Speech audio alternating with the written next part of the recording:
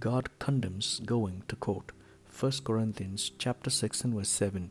Even to have such lawsuits with one another is a defeat for you. Why not just accept the injustice and leave it at that? Why not let yourselves be cheated? Disputes are part of life. Difference in opinions are common. If we start suing people for every dispute and difference, there will be no court enough to handle all the cases. Paul was sensible when he wrote on this specific perspective about going to the court of law to settle disputes. He said it was shameful for Christians, rather those who confess to follow Jesus, to go to court for settlement.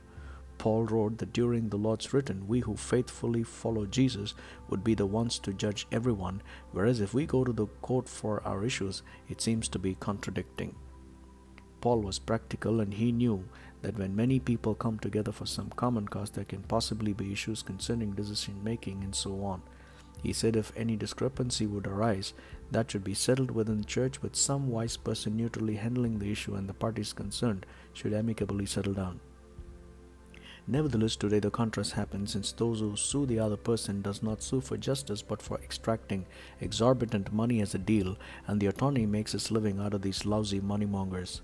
Those who claim themselves to be believers do not hesitate to bring false allegations and cooked up stories to make their cases strong. What they have failed to understand is that God is a God of justice, and He never lets the righteous go unattended. The Lord Himself would fight on their behalf. When the worldly people believes and affirms that truth will stand firm and fallacy would have a fatal fall, how much more would those who trust the Lord of justice stand firm for the Lord to deliver them? Jesus taught His people not to go to the court but to settle with 2 or 3 witnesses about the issue concerned. It is a disgrace when people who follow a just God go for justice outside the faith community. Let us be watchful not to put the Lord's name in vain. God condemns going to court. Amen.